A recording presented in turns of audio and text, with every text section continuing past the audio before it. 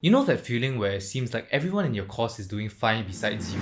No one's asking any questions during the lecture. It seems as if they all understand what's going on and you're the only one that doesn't. It feels like it would be embarrassing to ask a potentially dumb question. You're 2 weeks behind your lecture, struggling to make their assignment deadline, while the other students seem to have their shit together, pretty much getting full marks for their submissions. You sheepishly try to avoid talking about the paper and your results, as you feel this weird mixture of embarrassment and inadequacy. If you're feeling this way, you are probably suffering from imposter syndrome. Imposter syndrome is a psychological pattern in which an individual doubts their skills, talents, or accomplishments and has a persistent internalized fear of being exposed as a fraud. Imposter syndrome can apply to a lot of different things, from being in your group of friends to me right now making videos on YouTube. But in this context, I'm going to be focusing on college. So, imposter syndrome is something that I have personally felt being in computer science in NUS. It all started from year 1. Right from the get-go, I had already come into the course with this feeling of inferiority. I knew there were people that would be smarter than me, people that learned how to program beforehand, as well as people that would learn the ropes of computer science a lot faster than I did. But that did not prep me for the feeling of not belonging in my own course for the next 3 years or so. Year 1 was tough. One of the toughest times I've had in my education in my entire life. I was barely scraping through the weekly programming assignments as well as the year 1 workload. I pretty much didn't understand half the things that I was taught in year 1. Then, I looked to my left and right,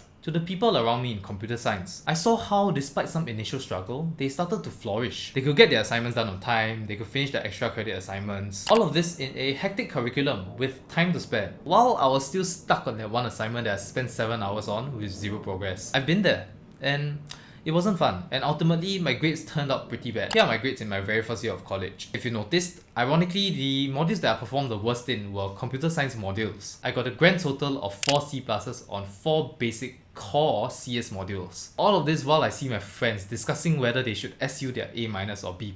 And this doesn't exactly loosen up over the years. In year 2, we started to get more project-based modules. I was being thrust into project work, barely being able to contribute. At one point, I even had a groupmate take up a portion of my work because I wasn't doing my part well enough. And that honestly was quite a blow to my confidence. I've mentioned it in previous videos, but in my year 2 summer, I failed to secure a tech internship as well. For the record, I really wasn't ready. But it kind of still sucks, because it felt like my friends who all had internships were advancing forward while I was being left behind. I covered this before in an older video, so be sure to check that out. So yeah, all of this gave me a lot of thought about dropping out, changing my course. It was a time filled with a lot of anxiety. I was pretty much stressed out every single day, wondering if I made the wrong decision coming into my course. Wondering if I would be able to pass in the finals, wondering if I would be able to secure a job in the future. But then, something happened in year 3. I got paired up with some of the most talented and hardworking groupmates that I ever had. They had a true passion for computer science. They enjoyed what they were learning, but they were riddled with anxiety. And it all stemmed from imposter syndrome. So, you had these people who were objectively better and more passionate than me in their course, but they felt that they didn't belong more intensely than I did. They had decent grades, scoring solid B+,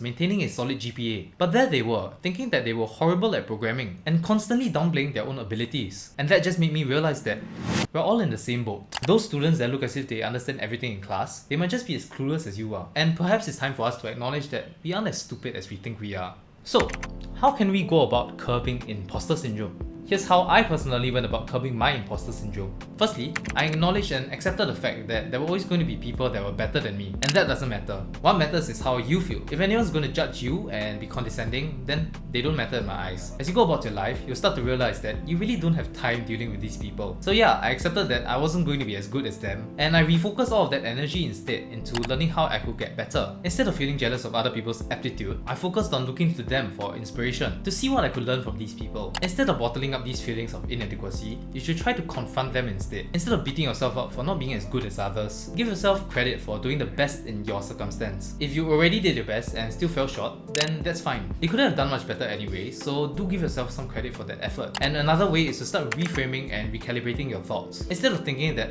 I'm not good enough, change those thoughts into I'm figuring things out at my own pace. Everyone learns at their own pace. Realistically, you might just be a little slower than others. And for my fellow CS students, if you think that others have had a head start and are cruising through the course while you are suffering, I think it would be good to put things into perspective. Here you are into your first year of programming, while perhaps others are into their 5th year. Yeah, they may have started earlier, but have you thought that the toughness that you're feeling now is something that they went through when they were starting out? In essence, they went through that tough phase in high school before emerging as who they are right now. So what you're seeing now is them after many years of experience, and comparing that to you who is just starting out would be a huge mismatch. The best time to plant a tree was 20 years ago, and the second best time is now. No point thinking what it could have been if you started a few years ago. So just focus on the present instead.